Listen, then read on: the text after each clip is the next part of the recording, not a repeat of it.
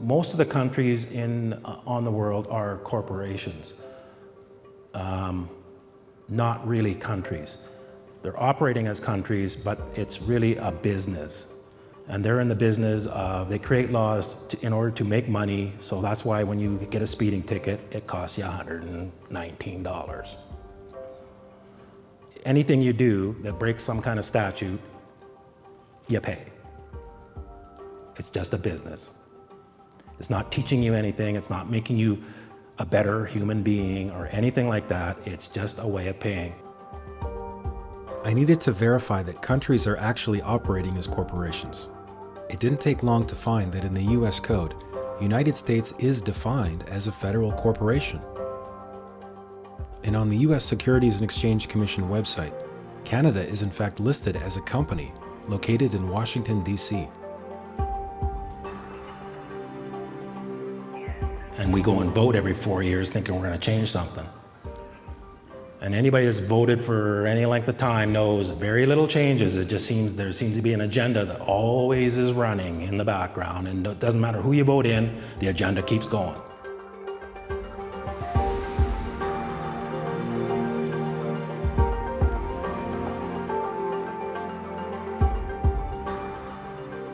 So I want to give you a diagram. This is the basic idea of how a jurisdiction works.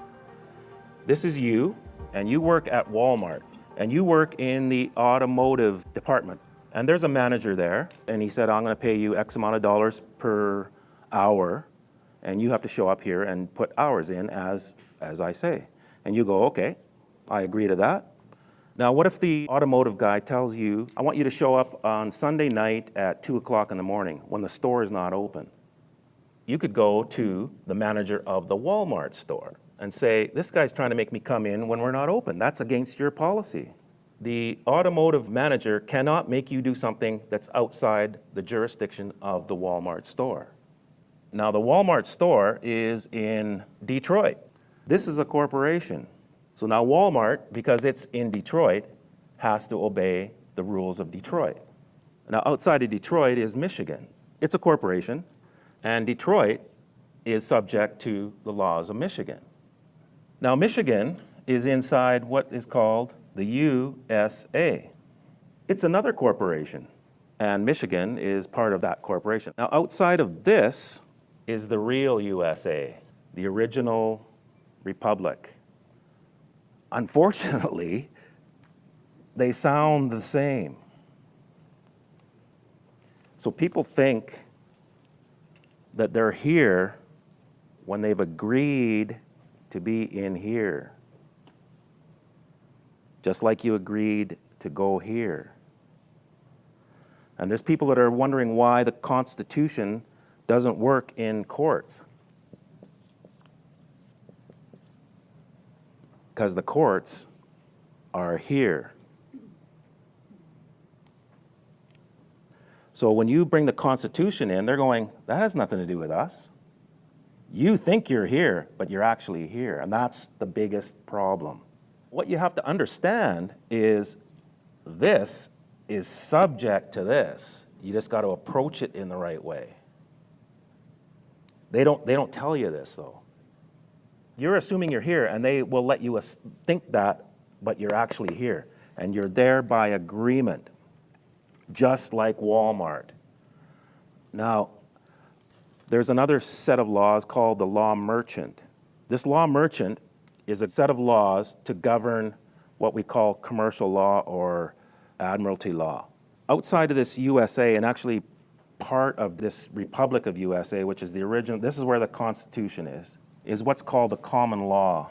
So the United States was founded on the common law, as was Canada, and they are still both functioning, but you gotta know how to invoke them.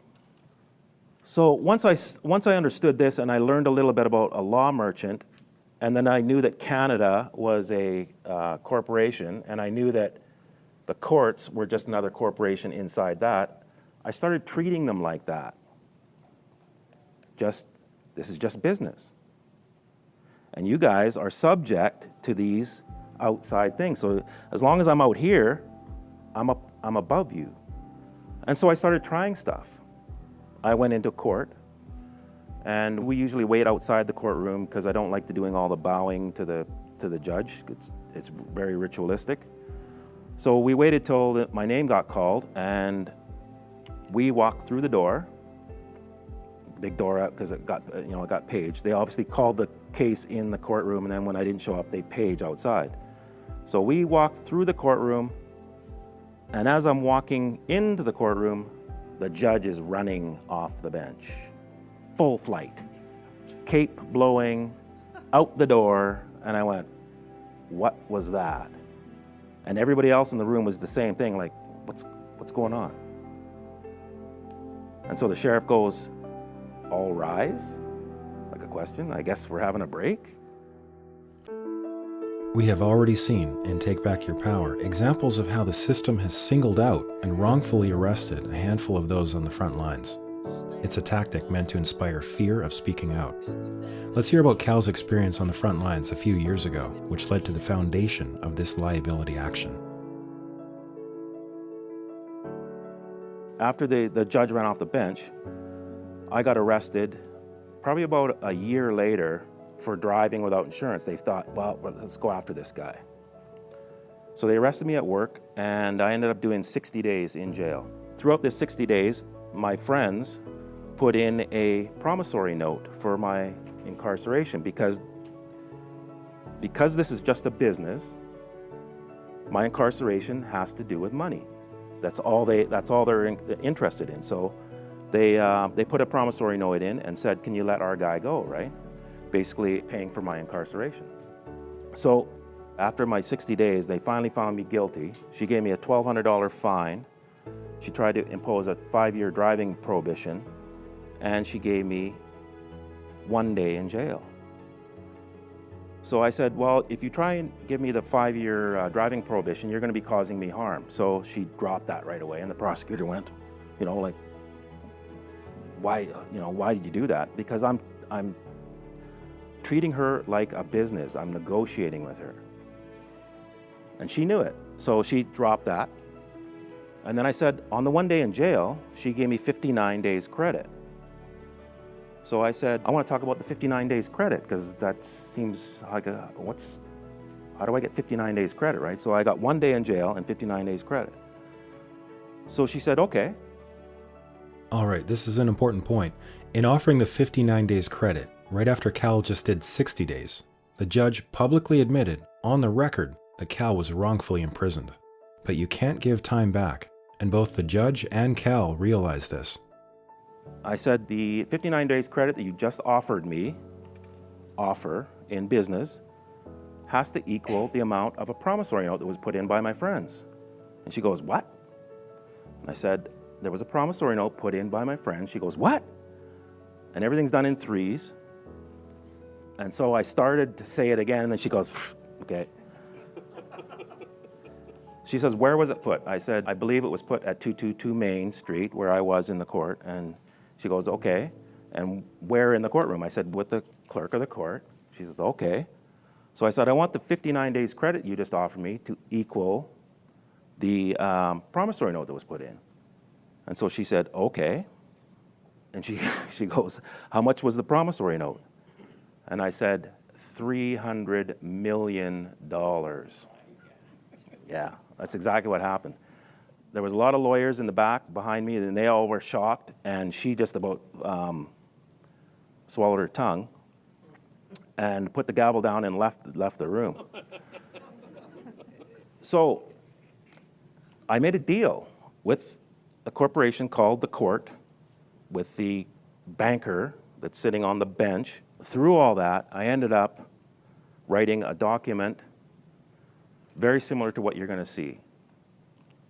And what ended up happening was a bunch of people in high-level politics left their job without notice.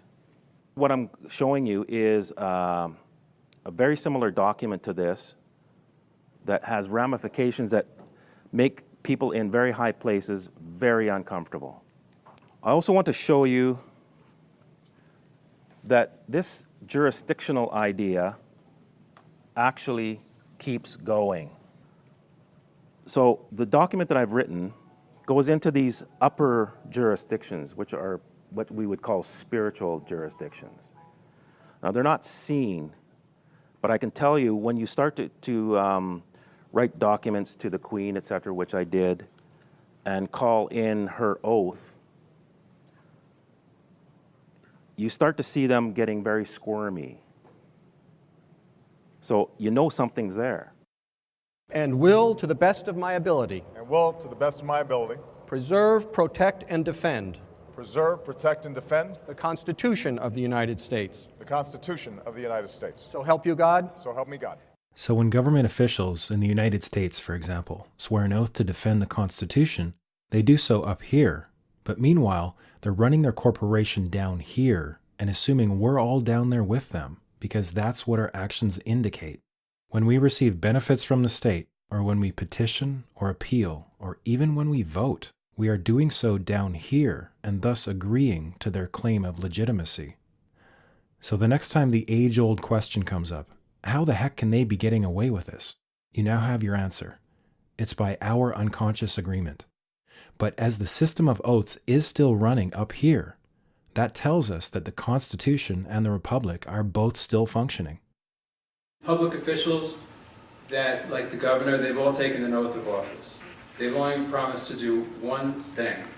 That's all they promise is they support, when they take an oath of office, they say, I promise to support the Constitution. All you have to do is accept their oath, and this is my strong opinion, because I'm just looking for a way to stop the madness. They've taken an oath to support the Constitution. You accept their oath in writing, and they're obligated, there's a contract between the two of you. So if they don't honor your constitutional rights when you put them on notice, in my strong opinion, through my research, then they're not protected by their title. They're personally liable because they've stepped outside their role. So once we're aware of this, we can then operate from up here. We can call any government agent on their oath, and we can invoke their liability. By the way, this is the same setup in Canada and virtually every country. We'll learn more in episodes to come, but for now, let's investigate more into how all this is actually working on the ground.